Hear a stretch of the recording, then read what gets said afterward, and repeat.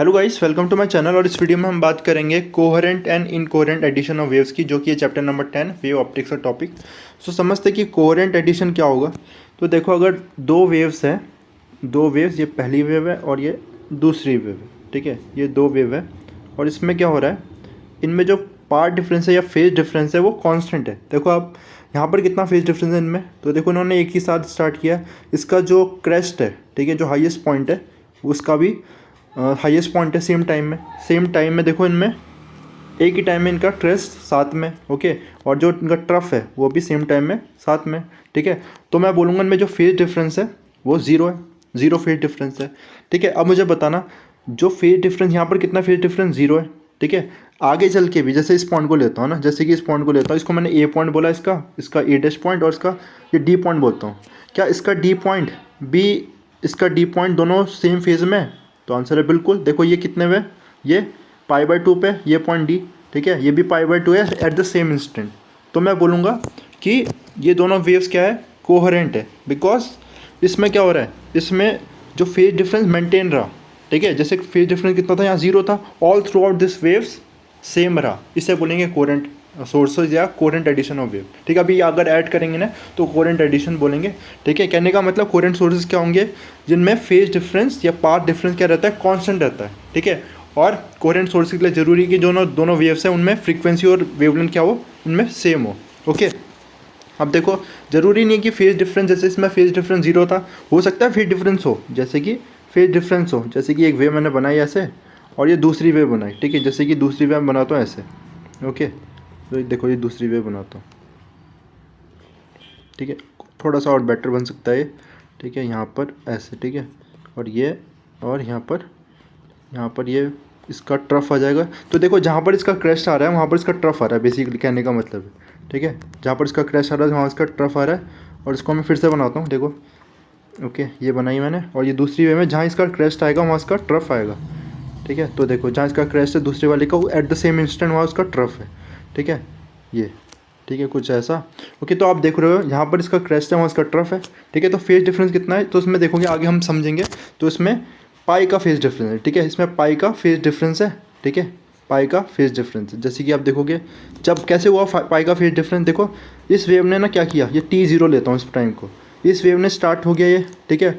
जबकि ये वाली वेव थी, ये जो दूसरी वाली वेव है, ये ऑलरेडी कितना कवर कर चुकी है, ऑलरेडी इतना फेज π/2 कवर कर चुकी है, ठीक है।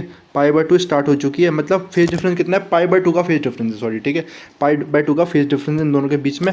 और वो फेज डिफरेंस क्या रहा, all through out this wave maintain रहा, ठीक है। कांस्टेंट फेज डिफरेंस रहा। π/2 अगर फेज डिफरेंस यहाँ पर है, π/2 अगर फेज डिफरेंस यहाँ पर है, तो आगे भी चल के भी फेज डिफरेंस कितना रहा, सेम रहा, ठीक है। तो कोहेरेंट सोर्स का मतलब आपको समझ में आएगा, जिसमें फेज डिफरेंस क्या रहता है, कांस्टेंट रहता है, ठीक है। और इनकोहेरेंट में फेज डिफरेंस सेम नहीं रहता, इसी बात को आगे समझेंगे, ओके। नाउ देखो, in this section we will discuss the interference pattern produced by the superposition of two waves, ठीक है। हम सुपरपोजिशन ऑफ टू वेव्स को समझेंगे और उससे जो इंटरफेरेंस पैटर्न बनेगा उसको हम समझेंगे, okay. Now you will recall that we had discussed the superposition principle in class chapter 15 of your class 11 text book, ठीक है। तो चैप्टर 15 में हमने SHM में हमने क्या डिस्कस किया था, सुपरपोजिशन प्रिंसिपल। वेव्स में हमने किसको डिस्कस किया था, सुपरपोजिशन प्रिंसिपल को डिस्कस किया था क्लास 11th में, ठीक है। Indeed the entire field of interference is based on the superposition principle, according to which at a particular point in the medium the resultant displacement produced by a number of waves is the vector sum of the displacement produced by each of the two waves, okay। देखो अगर क्या है, कहने का मतलब है superposition principle का, देखो सुपरपोजिशन मतलब सुपरपोजिशन, एक की पोजीशन दूसरे के ऊपर है ना, ऐसा समझ सकते हैं। तो देखो जैसे कि मैं पॉइंट लेता हूँ, एक पॉइंट लेता हूँ मीडियम में, जैसे कि ये पॉइंट है, ठीक है, ये पॉइंट है। अब जब वेव आएगी तो क्या करेगी, वेव इस पॉइंट को, है ना, इस पॉइंट में अगर कोई पार्टिकल है, सपोज इस पॉइंट पे एक पार्टिकल है और ये वेव आई, वेव क्या करेगी, इसे ऑसिलेट कराएगी, ठीक है, डिस्प्लेस कराएगी, ठीक है, सपोज इस तरह डिस्प्लेस कराया, ओके। अब क्या होता है, साथ ही साथ एक दूसरी वेव भी आ जाती है यहाँ पर, और ये पॉइंट को क्या कर रहा है, सपोज पहली वेव ने इसको कितना डिस्प्लेस कराया, सपोज इसको डिस्प्लेस कराया पहली वेव ने, ऐसे नंबर में लिख रहा हूँ 2 सेंटीमीटर सपोज, ओके।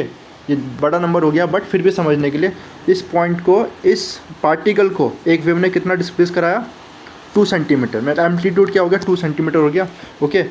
अब दूसरी वेव आई, दूसरी वेव जब आई तो उसने कितना इसको डिस्प्लेस कराया, तो उसने डिस्प्लेस कराया इसको सपोज 3 सेंटीमीटर इस पार्टिकल को डिस्प्लेस करा है, ठीक है।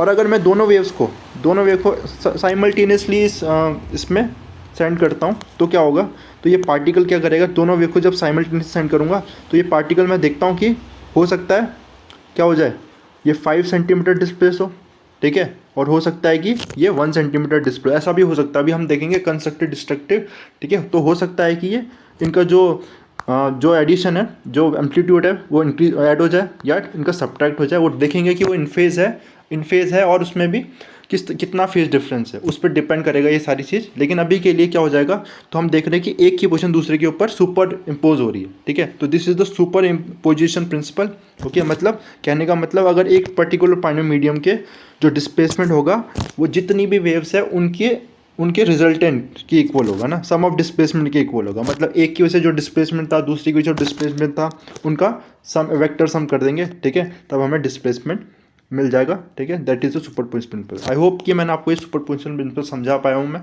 ठीक है। इसके बाद आगे बढ़ते हैं, ठीक है। इसके बाद consider 2 needles S1 and S2 moving periodically up and down in an identical fashion in a trough of water, okay. तो देखो यहाँ पर डायग्राम में देखोगे 2 नीडल्स है, तो एक साथ जैसे कि आप देख रहे हो ना, नीडल्स तो एक साथ क्या कर रहे हैं, डिस्प्लेसमेंट कर रहे हैं, ठीक है, अप एंड डाउन मोशन कर रहे हैं, एक साथ एक जैसा मोशन कर रहे हैं, ठीक है। तो इससे क्या होगा, 2 वेव्स बनेगी। अब इमेजिन कर सकते हैं कि पॉइंट है, उसमें अपने 2 पार्टिकल को ऑसिलेट करा रहे हो ऊपर नीचे, ठीक है। तो उससे क्या होगा, वेव प्रोड्यूस होगी, ओके, जैसे कि यहाँ हो रही है S1 S2। इसके बाद okay, they produce 2 water waves and at a particular point the phase difference between the displacement produced by each of the wave does not change with time, ठीक है। अब इसका क्या मतलब है, तो एक पर्टिकुलर पॉइंट में क्या हो रहा है, इनके बीच में जो फेज डिफरेंस, अभी मैंने आपको फेज डिफरेंस समझाया, ठीक है, जो फेज डिफरेंस समझाया मतलब जो भी इनमें जैसे एक वेव आई और दूसरी वेव आई, ठीक है, जैसे एक वेव आई और दूसरी वेव आई इस पॉइंट पे, ठीक है। तो जो भी फेज डिफरेंस होगा इसमें इन दोनों वेव के बीच में जब इस पॉइंट पे पहुंच रही है तो वो मेंटेन रहेगा। ऐसा नहीं कि एक टाइम में तो क्या फेज डिफरेंस कितना है, सपोज एक टाइम में 0 फेज डिफरेंस है, अगले थोड़ी देर बाद क्या हुआ, फेज डिफरेंस इस पॉइंट के लिए क्या होगा, इन दोनों वेव की वजह से π/2 हो गया। ऐसा नहीं होगा, कांस्टेंट रहेगा ऑल थ्रू आउट, ठीक है, ऑल द टाइम कांस्टेंट रहेगा, ठीक है। तभी तो हम कोहेरेंट सोर्स बोल रहे थे उसे, ओके। तो ये पॉइंट आपको समझ में आया होगा, ठीक है। और इसी को देखो इसके बाद the displacement produced by the each of the waves does not change with time. When this happens the sources are said to be coherent. तो मैंने अभी इसी को एक्सप्लेन किया, ठीक है। Figure 10.8 shows the position of the crest and trough at a given instant of time, ठीक है। तो देखो यहाँ crest और trough एक्सप्लेन किया, ये दोनों पॉइंट को इस तरह से शो किया, ठीक है। अब ये टॉप व्यू है और यहाँ पर देखो जो सर्कल्स बने हैं ना, सर्कल्स वो crest है, ठीक है, जो दैट इज द इस तरह से जो हाईएस्ट पॉइंट है, okay, and the lowest point are the trough कैसे बने, तो आप देखोगे यहाँ डॉटेड सर्कल्स बने, दैट आर ट्रफ। तो क्रेस्ट फिर क्रेस्ट ट्रफ, ओके। ऐसे दूसरे वाले का भी क्रेस्ट ट्रफ, ठीक है। और ये अभी क्या होगा, इनमें सुपरपोजिशन होगा, ठीक है। अब इसके बाद देखो consider a point P for which S1P equal to S2P। एक पॉइंट कंसिडर करते हैं, P पॉइंट जो हमने कंसिडर किया, जिसके लिए क्या है S1P, ये डिस्टेंस और ये डिस्टेंस बराबर है, ठीक है। ऐसा पॉइंट जिसके लिए S1 और S2 बराबर है, ठीक है। Since the distance S1 and S2 are equal, waves from S1 and S2 will take the same time to travel to the point P and the waves that emanate from S1 and S2 in phase will also arrive at the point P in phase, ठीक है। अब देखो मैं बोल रहा हूँ कि ये दोनों डिस्टेंस बराबर है, ये दोनों डिस्टेंस बराबर है, तो क्या होगा, तो जो और इसमें जो वेव्स को पहुँचने में, क्योंकि डिस्टेंस बराबर है, सेम टाइम लगेगा, ठीक है। वेव्स को पहुँचने में क्या लगेगा, सेम टाइम लगेगा। तो क्या रहेगी ये फेस, जो वेव्स रहेगी वो हमेशा क्या रहेगी, इन फेज रहेगी, है ना। इसी पॉइंट को यहाँ लिखा है, ठीक है। सेम टाइम में अराइव होगी, ठीक है, सेम टाइम में अराइव होगी तो उनमें क्या होगा, दे विल इन फेज रहेगी, ठीक है, ओके। नाउ दस if the displacement produce by the source S1 at the point P is given by y1a cos omega T, ठीक है। तो आपने क्लास 11 में पढ़ा था इसको, ठीक है। वेव का जो हम इक्वेशन देते हैं इस तरह से, this is the displacement, okay, this is amplitude and cos omega T, omega is the angular frequency, angular velocity and T is the time, okay. तो ये वेव की इक्वेशन है, ओके। तो y1 पहली वेव की इक्वेशन ये रही, ठीक है, और दूसरी वेव की इक्वेशन ये रही, y2 is equal to a cos omega t, okay. Now तो the resultant displacement of P would be, the resultant displacement of P would be क्या हो जाएगा, इन दोनों का सम हो जाएगा। डिस्प्लेसमेंट टोटल डिस्प्लेसमेंट कितना हो जाएगा, देखो y1 डिस्प्लेसमेंट पहली वेव का है, y2 डिस्प्लेसमेंट दूसरी वेव की वजह से, ठीक है। तो दोनों का डिस्प्लेसमेंट क्या हो जाएगा, total displacement will be sum of this two, the total displacement will be sum of this two, okay, and that is 2। तो ऐड कर देंगे इन दोनों को तो क्या हो जाएगा, a cos omega t plus a cos omega t will be 2a cos omega t. Total displacement क्या आ गया, पी पॉइंट पे 2a कॉस ओमेगा टी, ठीक है। नाउ अब इंटेंसिटी की बात करते हैं। Since the intensity is proportional to the square of the amplitude the result intensity will be this, ठीक है। अब देखो इंटेंसिटी क्या होती है, इंटेंसिटी किसके प्रोपोर्शनल होती है, एम्पलीट्यूड के स्क्वायर के, ठीक है, एम्पलीट्यूड के स्क्वायर के। पहले वाले के लिए क्या हो गया, इंटेंसिटी ए स्क्वायर, दूसरे वाले की इंटेंसिटी क्या हो गई, ए स्क्वायर, और टोटल इंटेंसिटी क्या हो गई, टोटल इंटेंसिटी विल बी, देखो जब दोनों वेव्स क्या हो रही है, साथ में पहुंच रही है, वहाँ पर सुपर इम्पोज कर रही है, तो उनका एम्पलीट्यूड ऐड हो जा रहा है, कितना हो जा रहा है एम्पलीट्यूड, 2 एम्पलीट्यूड हो जा रहा है, हमने देखा अभी। तो इसमें इंटेंसिटी कितनी हो जाएगी, 2a का स्क्वायर, ठीक है, 2a का स्क्वायर हो जाएगी। और 2a का स्क्वायर क्या था, तो इसको करूँगा तो 4a स्क्वायर, और a स्क्वायर क्या था, जो ओरिजिनल इंटेंसिटी, मतलब सिंगल वेव की वजह से जो इंटेंसिटी थी, इसलिए क्या आ गया, जो इंटेंसिटी ऑफ द रिजल्टेंट, इन दोनों का जो सुपर पोजिशन से जो इंटेंसिटी बनेगी, that will be 4 times the intensity of the single wave, okay. I hope ये बात समझ में आई होगी। Where I naught represent the intensity produced by each one of the individual sources, ठीक है। तो आई नॉट क्या है इसमें, intensity produced by each of the individual sources, और आई जो total intensity produce, resultant intensity by the 2 waves, okay, जब वो सुपर इम्पोज हो रही है, okay. Now in fact any point on the perpendicular bisector of S1 and S2 the intensity will be 4I0, ठीक है। यानी कि देखो परपेंडिकुलर बाइसेक्टर मैं बनाऊँ यहाँ पर, तो ये देखो S1 S2 है, इसका परपेंडिकुलर बाइसेक्टर में, क्योंकि इस पे जितने भी पॉइंट्स होंगे तो क्या होगा, वो इक्वल डिस्टेंस पे होंगे, ठीक है, इक्वल डिस्टेंस होंगे, वहाँ पर क्या होगा, intensity will be this much, मतलब 4 टाइम्स हो जाएगी इंटेंसिटी, ठीक है, okay. Now the 2 sources are said to be interfere constructively and we have what is refer to as constructive interference, ठीक है।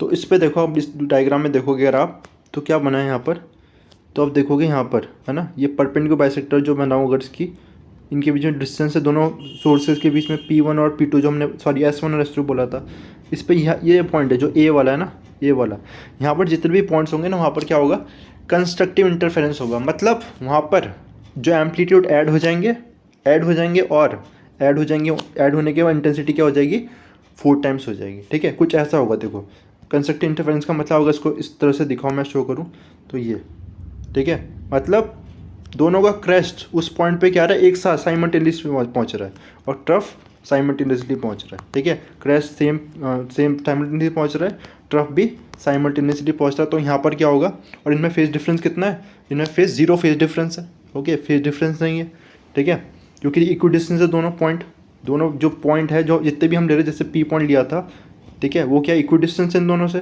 तो यहाँ पर दोनों वेव क्या पहुँचेगी, साइमल्टेनियसली पहुँचेगी, इन फेस रहेगी, और कुछ इस तरह से, तो तब क्या होगा, there will be superposition, constructive superposition, constructive मतलब इनका जो एम्पलीट्यूड ऐड हो जाएगा और intensity will be 4 times, okay.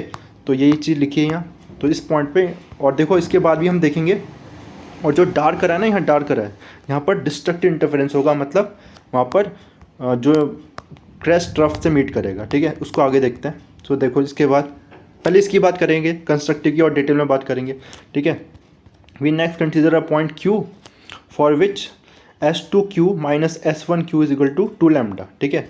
अब एक पॉइंट लेते हैं Q, जैसे कि यहाँ Q यहाँ पर भी लिया गया इस डायग्राम में, तो यहाँ पर Q नहीं लिया, लेकिन अगर देखो यहाँ पॉइंट एक Q पॉइंट है ना, P पॉइंट तो हमने क्या ले लिया, जहाँ इक्वल डिस्टेंस पे, ठीक है, और एक Q पॉइंट ले रहे हैं जहाँ पर क्या हो रहा है, जहाँ पर S1 और S2Q इनमें जो पार्ट डिफरेंस आएगा, अब वो पार्ट डिफरेंस 0 नहीं है, अब पार्ट डिफरेंस कितने का है, सपोज यहाँ पर देखो 9 लैम्डा, ठीक है, यहाँ वे पहुँचे 9 लैम्डा में, ओके, और यहाँ 7 लैम्डा में, इस पॉइंट पे, तो कितना पार्ट डिफरेंस आया, S2Q माइनस S1Q, 2 लैम्डा का पार्ट डिफरेंस आया, मतलब इन दोनों में इतना पार्ट डिफरेंस है, okay. Now the waves emanating from S1 will arrive exactly 2 cycle earlier than the waves from S2 and will again be in phase, ठीक है। तो अब क्या होगा, देखो दोनों जो वेव्स आएगी इस पॉइंट पे अभी भी इन फेस आएगी, ठीक है, क्योंकि क्या आएगा इसमें क्योंकि ये 2 साइकिल आ गए ना इससे, जो कंप्लीट साइकिल आ गया, मतलब कुछ ऐसा जैसे ये बनाया मैंने और इसके बाद यहाँ पर क्या करा मैंने, यहाँ पर ये इस तरह से, ठीक है, ये 2 वेव आ गए इससे, इस तरह यहाँ से स्टार्ट करूँगा, ठीक है। ये तो इसने क्या किया, एक तरह से 2 साइकिल अहेड है ये वाला पॉइंट, ठीक है, 2 साइकिल अहेड है, ओके, ये वाला, ओके। तो क्या होगा तब भी, लेकिन क्या रहेगा तब भी, देखो अगर मैं कुछ इस तरह से बनाऊँ ये, ओके। नाउ दूसरा मैं अगर यहाँ बनाता हूँ, कहाँ बनाता हूँ, यहाँ पर, ठीक है, यहाँ पर सॉरी, ठीक है, ये इस तरह से।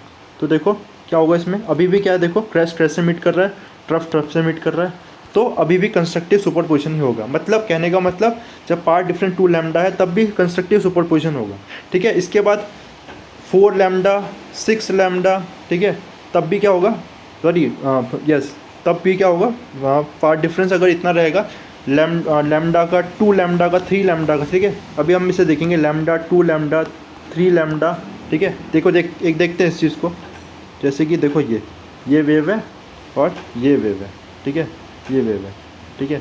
थोड़ा और अच्छे बनाता हूँ इसे, ये वेव है और दूसरा वेव क्या है, ये वेव है, ठीक है, ये इस तरह से। तो अगर देखो ये वेव एक साथ स्टार्ट करती तो पार्ट डिफरेंस 0 था, ठीक है। सपोज़ ये वेव थोड़ी देर में स्टार्ट करते यहाँ से, ठीक है, कहाँ से, ये इधर से, ओके, यहाँ इधर से, तब कितने का पार्ट डिफरेंस है, तब लैम्डा का पार्ट डिफरेंस है, ये लैम्डा ऐड हो गई ना, ये वेव लैम्डा ऐड हो गई, ये एक वेव कितनी होती है, लैम्डा होती है, तो लैम्डा ऐड हो गई, लेकिन तब भी पार्ट डिफरेंस कितने का रहा, 0 रहा, ठीक है। इसके बाद सॉरी इस तब भी क्या रही है, दोनों कंस्ट्रक्टिव इंटरफेयर करेगी, फेज डिफरेंस कुछ नहीं रहेगा इसमें, ठीक है। तब भी फेज डिफरेंस तो 2 पाई का है, सॉरी फेज डिफरेंस 2 पाई का है, लैम्डा पार्ट डिफरेंस है, फिर भी ये कंस्ट्रक्टिव इंटरफेयर करेगी, ठीक है। ऐसे ही देखो अगर ये वेव यहाँ से भी स्टार्ट ना हो, दूसरी वाली कहाँ से स्टार्ट हो, यहाँ से, ठीक है। अब कितने का पार्ट डिफरेंस आया, 2 लैम्डा का, और फेज कितने का आया, तो देखो एक पूरा कंप्लीट वेव कितना होता है, 2 पाई होता है, और 2 पूरा कंप्लीट 4 पाई होता है। तो 4 pi is equal to 4 pi phase difference है और 2 लैम्डा पार्ट डिफरेंस है, तब भी कंस्ट्रक्टिव इंटरफेयर कर रही है। यानी कहने का मतलब जब फेज डिफरेंस कितने का होगा, 2 पाई का, 0 का ऑब्वियसली था, 4 पाई का, 6 पाई का, तब क्या होगा, कंस्ट्रक्टिव इंटरफेरेंस होगा। या और इसको पार्ट डिफरेंस में बोलो तो लैम्डा 2 लैम्डा, ठीक है, ऑब्वियसली 0 था जब पार्ट डिफरेंस 3 लैम्डा, तब क्या होगा, कंस्ट्रक्टिव इंटरफेरेंस होगा, ठीक है। आई होप मैं समझा पाया हूँ, ठीक है, इस चीज़ को। इसके बाद नाउ इसको मैथमेटिकली देखेंगे इक्वेशन से, तो y1 कितना है, देखो a cos ओमेगा टी, ठीक है, और y2 कितना है, a cos ओमेगा टी -4 क्यों, -4 पाई क्यों, क्योंकि देखो ये फेज तो रिप्रेजेंट करता है, ओमेगा टी क्या रिप्रेजेंट करता है, आपको पता होगा ओमेगा टी फेज रिप्रेजेंट करता है। फेज कहने का मतलब क्या है, देखो ये वेव है, ये वेव में पोजीशन क्या है, किसी भी टाइम में पोजीशन क्या है, किस जो पॉइंट हम कंसिडर करें उसकी पोजीशन क्या है, वो पोजीशन यहाँ है, यहाँ पर है, इसकी इस पॉइंट पे पोजीशन है, उससे बोलते हैं फेज, ओके। तो कितने का फेज डिफरेंस इन दोनों में, 4 पाई का फेज डिफरेंस है। अब कहने का मतलब एक वेव तो क्या हो गई, एक वेव 4 पाई आगे बढ़ गई है, मतलब ये वेव जब एक पूरा ये 2 पाई ये 4 पाई जब ये यहाँ तक पहुँची तब दूसरा स्टार्ट हो रही है, ओके, तब दूसरा स्टार्ट हो रही है, मतलब 2 पाई के 4 पाई के बाद वो रीच कर रही है, 2 वेव बाद रीच कर रही है, देखा आपने देखा यहाँ पर 4 पाई बाद रीच कर रही है, ओके, ठीक है। तो ये फेज डिफरेंस है 4 पाई, तो -4 पाई क्यों किया, क्योंकि ये पीछे है 4 पाई, ठीक है, दूसरे वाली वेव। लेकिन अगर इसे मैथमेटिकली करो, ठीक है, तो मैं पता ना cos 2 पाई, जैसे कि मैं आपको बताता हूँ अपने मैथमेटिक्स में देखा ये चीज़ कि cos 2 pi plus omega T, ठीक है, जो भी 2 पाई n पाई के जो भी इंटीग्रल होंगे वो क्या होगा उसमें वैल्यू cos पीरियोडिक फंक्शन होता है क्योंकि ओमेगा टी रहेगा, ठीक है, ठीक है। तो इस तरह से जो cos कहाँ गया, यहाँ पर हमारा cos ओमेगा टी -4 पे कितना आएगा, cos ओमेगा टी ही रहेगा, ओके। नाउ इसके बाद we have used the fact that the path difference of 2 lambda correspond to a phase difference और 4 पाई, ठीक है। तो 2 लैम्डा 4 पाई का फेज डिफरेंस देगा, ठीक है। मैंने अभी एक्सप्लेन किया कैसे। The 2 displacement are once again in phase and the intensity will again be 4 pi 4 I naught giving rise to constructive interference, ठीक है। तो इससे क्या हो जाएगा, जब भी पता है इस फेज डिफरेंस से भी या इस पार्ट डिफरेंस से भी कंस्ट्रक्टिव इंटरफेरेंस होगा। इसके बाद देखते हैं आगे, in the above analysis we have assume that the distance S1Q and S2Q are much greater than D, ठीक है। और एक बहुत इंपॉर्टेंट चीज़ है, हमने क्या लिया है, जो डिस्टेंस D क्या है, मतलब स्मॉल d, इन दोनों पॉइंट के बीच में जो डिस्टेंस है इसको D बोला है ना, ये देखो यहाँ पर जो S1 S2 के बीच में डिस्टेंस है उसको D बोला है, ये बहुत छोटा होना चाहिए जिस पॉइंट को हम कंसिडर कर रहे हैं उसके करस्पॉन्डिंग, ठीक है। तो point between two sources, distance between two sources should be very small as compared to the point we are considering where the two waves will meet, okay. So इसके बाद ये लिखा है, तो कहाँ गया, ओके यहाँ पर था, हाँ yes, which represent the distance between the S1 so that the although S1 and S2 are not equal, the amplitude of the displacement produced by each wave are nearly the same, ठीक है। ऐसा इसलिए करेंगे ताकि जो इनका amplitude है वो लगभग बराबर ही है, ठीक है। अगर ज़्यादा दूर हो जाएगा डिस्टेंस तो एम्पलीट्यूड में फ़र्क आ जाएगा, ओके। नाउ इसके बाद देखो, इसके बाद समझ ही गए होंगे आप कि क्या करेंगे। अब फेज डिफरेंस को हम क्या कर रहे हैं, पार्ट डिफरेंस को 2.5 लैम्डा करेंगे, ठीक है। जैसे कि यहाँ पर मतलब देखो ये वेव आई कितना 9.75 लैम्डा, यहाँ इस एक पॉइंट हमने कंसिडर किया आर डिस्टेंस, आर पॉइंट, जिस पे पार्ट डिफरेंस कितना है, जिसमें इस पे तो वेव 9.75 लैम्डा पहुँची और इस पे कितना 7.25 लैम्डा पहुँची। इनका पार्ट डिफरेंस निकाले अगर तो कितना आ रहा है 2.5 लैम्डा या -2.5 लैम्डा, ठीक है। तो इतने का पार्ट डिफरेंस आ रहा है, मतलब इसको ऐसा लिख सकता हूँ ना मैं 2/1/2 या फिर 3/2 का लैम्डा का पार्ट डिफरेंस आ रहा है, ठीक है। इंटीग्रल मल्टीपल में आ रहा है, सॉरी अब ये आ रहा है किस में, ऑड मल्टीपल में ना, इसको फ्रैक्शन में आ रहा है बेसिकली, ठीक है। इसमें हमारा आ रहा है फेज डिफरेंस। अब पार्ट डिफरेंस अभी तक किस में आ रहा था, अभी तक इंटीजर में आ रहा था 1 2 3 लैम्डा, ठीक है। अब फ्रैक्शन में आ रहा है, ओके। नाउ तो इस केस में क्या होगा, देखो the wave emanating from S1 will arrive exactly 2.5 cycle later than the wave S2, ठीक है। तो 2.5 साइकिल बाद आएगी दूसरी वेव, जो ये वेव 2.5 साइकिल बाद आएगी। तो देखो कुछ क्या होगा इसमें केस में, तो कुछ ऐसा, ये है वेव और दूसरी वेव कब आ रही है, जब इसने कितना स्टार्ट किया देखो तब यहाँ पर, ठीक है। अब देखना थोड़ा ये ऐसा, ठीक है। सॉरी ये तो 2.5 नहीं बना, ये तो हाफ ही बना, बस 2.5 भी बना सकते हैं, कोई प्रॉब्लम नहीं उसमें। तो एक पूरा, ठीक है, और दो पूरा, ओके, और फिर तीसरे का हाफ, ठीक है। तो यहाँ पर कुछ, ठीक है, यहाँ से स्टार्ट करेगी ये, ठीक है। आई होप ये समझ में आएगा ना। अगर 2.5 इतना ही हुआ ना, एक पूरा, एक वेव, दूसरी वेव पूरी, फिर इसके हाफ से ये तब स्टार्ट करी।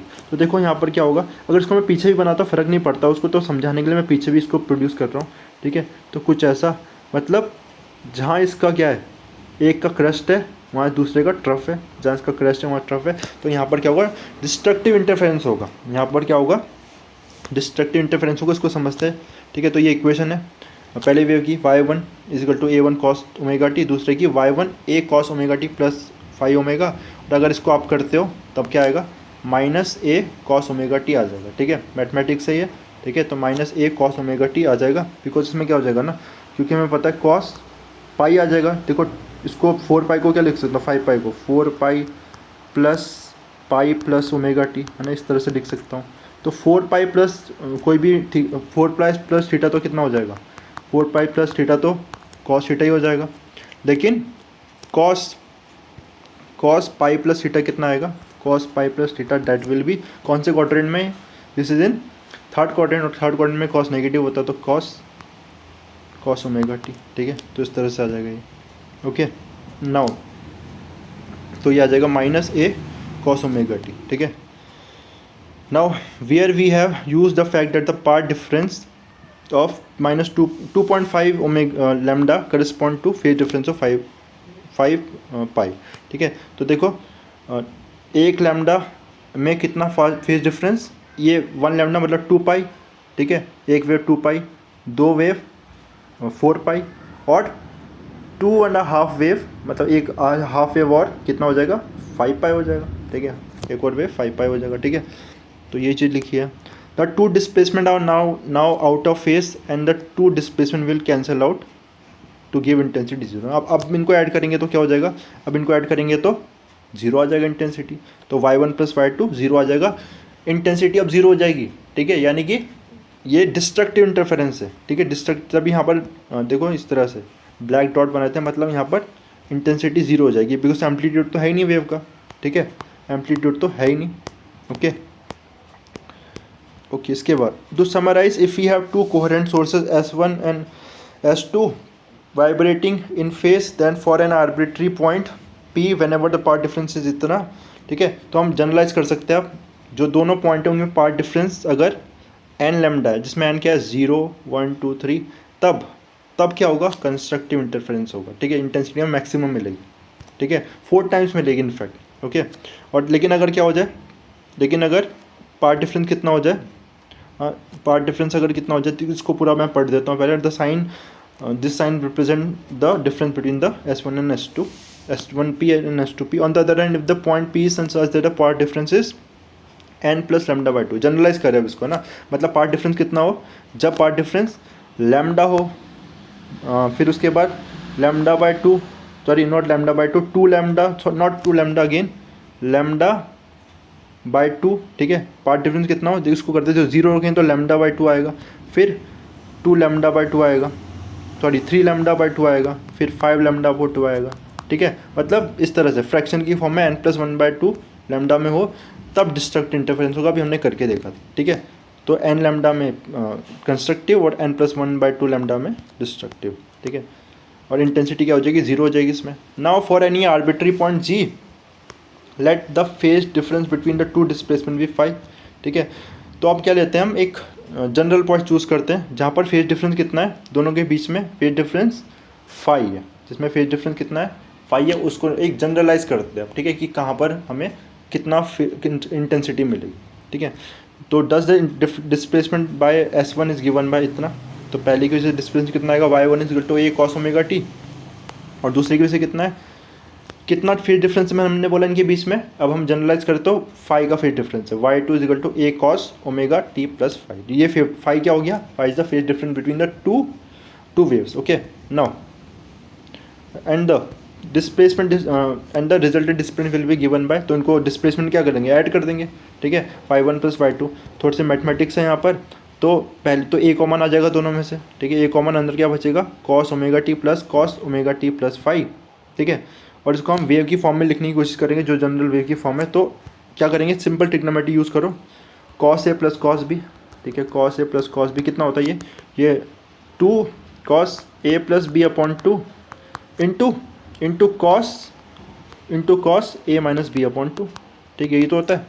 ठीक है, इसको यूज़ किया तो ओमेगा टी प्लस 5 अपॉन 2 कितना आएगा, ये आ जाएगा ये ना, ओमेगा टी एंगल जो है ना cos omega t plus 5 upon 2 कितना आ जाएगा, तो this will be cos omega t plus 5/2, cos omega t plus 5, ये आ गया टर्म। और दूसरा वाला देखो कितना आएगा, cos omega T minus omega T.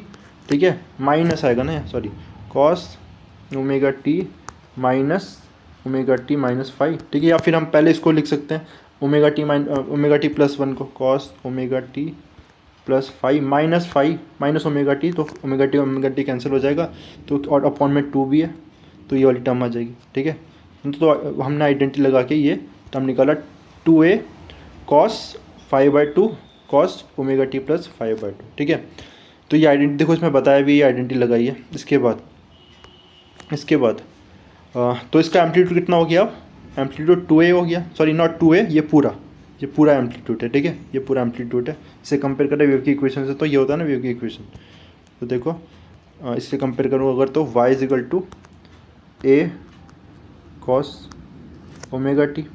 ठीक है, cos ओमेगा टी। ठीक है, तो देखो एम्पलीट्यूड क्या हो जाएगा, ये वाला पार्ट पूरा, तो एम्पलीट्यूड कितना आ गया, 2a cos 5/2, ये एम्पलीट्यूड है इसका। ओके, और इंटेंसिटी कितनी हो जाएगी, इंटेंसिटी हमें पता है कि एम्पलीट्यूड का स्क्वायर होता है, सो 2a का स्क्वायर 4। ठीक है, इंटेंसिटी कितना हो जाएगा इसमें, तो द इंटेंसिटी विल बी, इसका स्क्वायर कर देंगे। ठीक है, जब हमने इसका स्क्वायर किया तो आ जाएगा कितना, 4a स्क्वायर cos स्क्वायर 5/2। और देखो a स्क्वायर किसकी इंटेंसिटी थी, सिंगल वेव की वजह से जो इंटेंसिटी थी वो I0 थी, तो इसलिए क्या आ गया, ये इसको I0 से रिप्लेस कर देंगे, तो I आ गया 4I0 cos स्क्वायर 5/2। ओके, इसके बाद if phi is equal to 0, अब फाई की वैल्यू अगर क्या है 0 है, प्लस 2π 4π। ठीक है, देखो 0 रखता हूँ तो क्या आ जाएगा, cos 0 कितना होता है, cos 0 इज 0। ठीक है, cos अगर 2π रखता हूँ, फाई की वैल्यू 2π रखता हूँ, तो 2π अपॉन 2 कितना होता है, पाई होता है, और cos पाई अगेन इज कितना sorry cos zero is not zero, मैंने गलती से ये कॉस जीरो को जीरो बोला, cos zero is one. Okay, similarly cos two pi upon two कितना आएगा, कॉस पाई इज -1 और -1 का स्क्वायर 1, मतलब हर बार क्या आ रहा है 1 आ रहा है, मतलब आई कितना आ रहा है हर बार 4i0। ठीक है, कहने का मतलब जब फेज डिफरेंस कितना है 0 है, ±2 पाई है, ±4 पाई है, तो क्या होगा इंटेंसिटी 4 टाइम्स हो रही है, मतलब कंस्ट्रक्टिव इंटरफेरेंस हो रहा है। ठीक है, और जब क्या हो जाए फाई की वैल्यू पाई, देखो पाई रखने पे क्या होगा π/2 आ जाएगा, कॉस π/2 कितना होता है 0 होता है, कॉस 3π/2 रखें तब भी 0 आएगा। ठीक है, तो उसमें डिस्ट्रक्टिव इंटरफेरेंस बनेगा, मतलब 0 इंटेंसिटी जब ये एंगल होगी। तो ये कंडीशन याद रखना, फाई जब 0, 2 पाई 4 पाई होगा तब कंस्ट्रक्टिव, और जब ये वैल्यूज होगी फाई की तो डिस्ट्रक्टिव। ठीक है, आई होप ये समझ में आएगा आपको। ठीक है, इसके बाद एक लास्ट चीज रह गई, इसमें देखते हैं उसे भी। Now if the two sources are coherent, if the two needles are going up and down regularly, then the phase difference phi at any given time will not change with time and we will have a stable interference pattern। ठीक है, अब interference आगे भी समझेंगे young double slit experiment में। तो अगर ये देखो कांस्टेंट फेज में ना, मतलब फेज डिफरेंस बदल नहीं रहा, जितना फेज डिफरेंस यहाँ है उतना ही फेज डिफरेंस यहाँ पर भी है, तब तो मैं क्या बोलूँगा कि जो इंटरफेरेंस मिलेगा हमें स्टेबल इंटरफेरेंस मिलेगा। देखेंगे इसको, है ना, एक वीडियो भी मैं आपको सेंड लिंक में दे दूंगा, उसमें आप देख लेना, तो स्टेबल इंटरफेरेंस पैटर्न हमें दिखेगा, इसको हम देख पाएंगे। ठीक है, और अभी लाइट के केस में देखेंगे उसको, है ना, अभी हम लाइट की बात नहीं करें, हम बस सिंपली दो वेव्स की बात करें, वाटर वेव्स की। ओके, नाउ लेकिन however if the two needles do not maintain a constant phase difference then the interference pattern is also change with time, and if the phase difference changes very rapidly with time the position of maximum and minima will also rapidly with time and will see the time average intensity distribution. ठीक है, और अगर क्या हो रहा है, और अगर दो वेव क्या हो रही है, दोनों वे में जो फेज डिफरेंस है वो बदल रहा है, मतलब देखो जैसे कि ये है ना, ये तो क्या होगा इसमें फेज डिफरेंस हर एक पॉइंट पे, इस पॉइंट पे फेज डिफरेंस अलग है, इसमें फेज डिफरेंस अलग हो गया। तो कंटिन्यूसली जो फेज डिफरेंस है अगर बदल रहा है, इनकोहेरेंट सोर्सेज है वो, ठीक है, तब क्या मिलेगा हमें इंटेंसिटी टाइम एवरेज मिलेगा। मतलब कभी इस पॉइंट पे देखो, जैसे कि अगर मैं बना के दिखाऊंगा, है ना, सपोज ये दोनों क्या है इन फेज नहीं है ना, इसमें क्या हो रहा है ये दोनों कोहेरेंट सोर्सेज नहीं है, तो क्या हो रहा है कभी यहाँ पर इस पॉइंट पे डिस्ट्रक्टिव इंटरफेरेंस हो रहा है, कभी कंस्ट्रक्टिव हो रहा है, कभी कंस्ट्रक्टिव कभी इंटरफेरेंस, मतलब लगातार क्या हो रहा है रैपिडली टाइम के साथ चेंज हो रहा है, constructive interference, destructive constructive interference. तो हमें अपना क्या नहीं दिखेगा यहाँ पर, ऐसे वेरिएशन नहीं दिखता फिर कि लाइट पहले इंटेंसिव वो हमें इंटेंसिटी ज़्यादा दिखेगी कम दिखेगी, ऐसा नहीं दिखेगा हमें, क्योंकि हम क्या दिखेगा एवरेज इंटेंसिटी दिखेगी। ठीक है, एवरेज इंटेंसिटी दिखेगी इसमें। Okay, time average intensity distribution when this happens, जो नॉर्मली हमें दिखता है, अगर दो बल एक साथ ग्लो करें तो हमें क्या दिखेगा इंटेंसिटी बढ़ जाएगी उनकी, लेकिन ऐसा नहीं होगा, हम इंटरफेरेंस पैटर्न नहीं दिखते ना, क्योंकि वो दोनों कोई भी दो सोर्सेज होते हैं कोहेरेंट नहीं होते, दो बल हमने ग्लो करे तो क्या होगा उनकी वजह से जो भी हमें पैटर्न दिखता है, पैटर्न नहीं दिखता कुछ, है ना, हमें क्या दिखती है जो लाइट बस नॉर्मली लाइट दिखेगी, मतलब तो एवरेज लाइट इंटेंसिटी दिखती है इनकी वजह से। ठीक है, सिंपली इनकी इंटेंसिटी ऐड हो जाएगी, लेकिन 4 टाइम्स नहीं हो जाएगी इंटेंसिटी। ठीक है, और ना ही 0 होगी, इंटरफेरेंस पैटर्न नहीं दिखेगा इस केस में। तो इसमें एवरेज इंटेंसिटी क्या हो जाएगी, तो एवरेज निकालना हमने सीखा था ना पहले प्रीवियस चैप्टर्स में, तो इंटीजर एवरेज का सिंबल होता है, तो 4i0 कितनी इंटेंसिटी हो जाएगी एवरेज, इसका ले लेंगे, किसका, इसका, इस क्वांटिटी का, इसका एवरेज अगर आप निकालो तो 1/2 आता है। कैसे आता है 1/2, एक बार फिर भी बता देता हूँ। ठीक है, इसका एवरेज कितना आता है 1/2 आता है, फिर भी देखो कैसे निकालते हो एवरेज को। तो एवरेज निकालने का तरीका, एक पूरी वेव के लिए बोल रहे हैं हम, ठीक है, एक पूरी वेव के लिए, मतलब 0 से 2 के लिए इंटीग्रेट कर देंगे, एवरेज ऐसे निकालते हैं। ठीक है, कॉस स्क्वायर π/2 5/2 अपॉन 0 to 2 और यहाँ पर कितना आ जाएगा, this is this is d5 and this is d4। ठीक है, एवरेज का फॉर्मूला होता है। ओके, नाउ दिस इज, जब इंटीग्रेट करेंगे तो देखो क्या होगा, मैं इसको डायरेक्टली कर रहा हूँ। ठीक है, तो 1 प्लस कॉस, इसको करेंगे तो 1 प्लस कॉस 2 अपॉन 2 आ जाएगा। ठीक है, फॉर्मूला आइडेंटिटी आपको पता होगी। और जब इसका इंटीग्रेशन करेंगे तो देखो इसका इंटीग्रेशन करेंगे ना 0 से 2 है, कॉस का इंटीग्रेशन क्या होता है साइन होता है इंटीग्रेशन। ठीक है, और साइन की वैल्यू जब पुट करोगे आप तो क्या आ जाएगा साइन 2 आएगा। ठीक है, 2 आ रहा है साइन, और फिर इसमें 2 वैल्यू पुट करोगे ठीक है, साइन 2 पाई तो 4 पाई हो जाएगा, तो वो 0 ही देगा हर बार, मतलब इतना पार्ट 0 ही देगा। और यहाँ पर जो ये था ना 1, इसका इंटीग्रेशन करेंगे 5 आएगा, 2 पाई आ गया यहाँ, ठीक है, यहाँ 2 पाई आएगा, 1/1 होगा, ओके। तो ये कितना आ जाएगा, और यहाँ पर 1/2 यहाँ भी आएगा, ठीक है, सॉरी यहाँ पर भी 2 पाई आ जाएगा, तो ये 1/2 आ जाएगा, ठीक है। इसको मैथमेटिकली आप करके देखना, ये तो मैं एक सेपरेट वीडियो में से करके दिखा दूंगा, क्योंकि यहाँ नहीं हो पा रहा है इसे। तो अगर अब प्रॉब्लम आई तो कमेंट सेक्शन में बताना, मैं इसको सेपरेटली एक वीडियो में करके दिखा दूंगा, ओके। तो ये 1/2 आ जाएगा, ठीक है। This is also intuitively obvious because function cos square 5/2 will randomly vary between 0 and 1 and the average value will be 1/2। अब ये ऑब्वियस भी है, देखो कैसे, कॉस की वैल्यू क्या होती है, कॉस 5 की वैल्यू कहाँ वेरी करती है, कॉस की वैल्यू -1 से +1, लेकिन स्क्वायर है तो कहाँ वेरी करेगी, माइनस तो हो नहीं सकती, मतलब 0 और 1 के बीच में वेरी करेगी। और एक पूरा एवरेज निकाल रहे हैं अगर, तो 0 और 1 का एवरेज क्या होगा, 1/2, है ना। तो ऐसे भी समझ सकते हैं, वो ट्रिग्नोमेट्री यूज़ करने की नीड ही नहीं है, मतलब उसको पूरा सॉल्व करने की नीड ही नहीं है एवरेज निकालने की। तो रिजल्टेंट इंटेंसिटी कितनी हो जाएगी, बस डबल हो जाएगी, ठीक है। रिजल्ट इंटेंसिटी यहाँ करोगे, देखो आई कितना आ रहा है 4I0 और इसकी 1/2 वैल्यू आई, तो डबल हो गई, सिंपली ऐड हो गई हर एक पॉइंट पे। मतलब इसमें इंटरफेरेंस और डिस्ट्रक्टिव इंटरफेरेंस लगातार हो रहा है, ओके। तो इसमें क्या हो रहा है, हमें एवरेज इंटेंसिटी दिखाई देगी। When the phase difference between two vibrating sources changes rapidly with time we say that the two sources are incoherent and when this happen the intensity just add up. तो intensity add हो जाएगी, बस simply add हो जाएगी, उसमें कुछ constructive destructive हमें असल दिखाई नहीं देगा, नहीं पैटर्न दिखाई देगा कुछ। This is indeed what happens when two separate light sources illuminate a wall, ठीक है। तो मैंने अभी बताया जैसे कि 2 सेपरेट लाइट सोर्सेज इल्यूमिनेट करते हैं, क्योंकि दो कोई भी सोर्सेज लाइट के क्या नहीं होते, कोहेरेंट नहीं होते, ठीक है। तो ये था, मैंने ट्राई किया आपको एक्सप्लेन करने का, बड़ी वीडियो थी ना, थोड़ा एक्सप्लेनेशन भी थोड़ा टफ था। तो फिर भी कोई मिस्टेक हुई, अगर आपको लगता है कि मैंने कोई एक्सप्लेनेशन करते हुए कुछ मिस्टेक कर दिया, आपको नोटिस हुआ है, तो प्लीज़ कमेंट सेक्शन में बताओ, ताकि मुझे पता चले और स्टूडेंट्स को भी पता चले, ठीक है, और वो सही पढ़ सके, ठीक है। और अगर आपको ये वीडियो समझ में आई, कुछ इसमें से बेनिफिट आपको मिला, तो लाइक करना, ठीक है, शेयर करना, सब्सक्राइब करो चैनल को, ठीक है, ताकि चैनल ग्रो कर सके। और अगर 1K सब्सक्राइबर हो जाते तो फिर मैं और वीडियोस बना सकूँगा ना, पूरे चैप्टर मुझे कंप्लीट करने का सोच रहा हूँ मैं, ठीक है। अगर ये होता है, सब्सक्राइबर बढ़ता है, तो फिर मैं जल्दी वीडियोस ला पाऊँगा, ओके। और फिर अब नेक्स्ट वीडियो में हम बात करेंगे interference of light waves and Young's experiment की, ठीक है। तो थैंक्स फॉर वॉचिंग।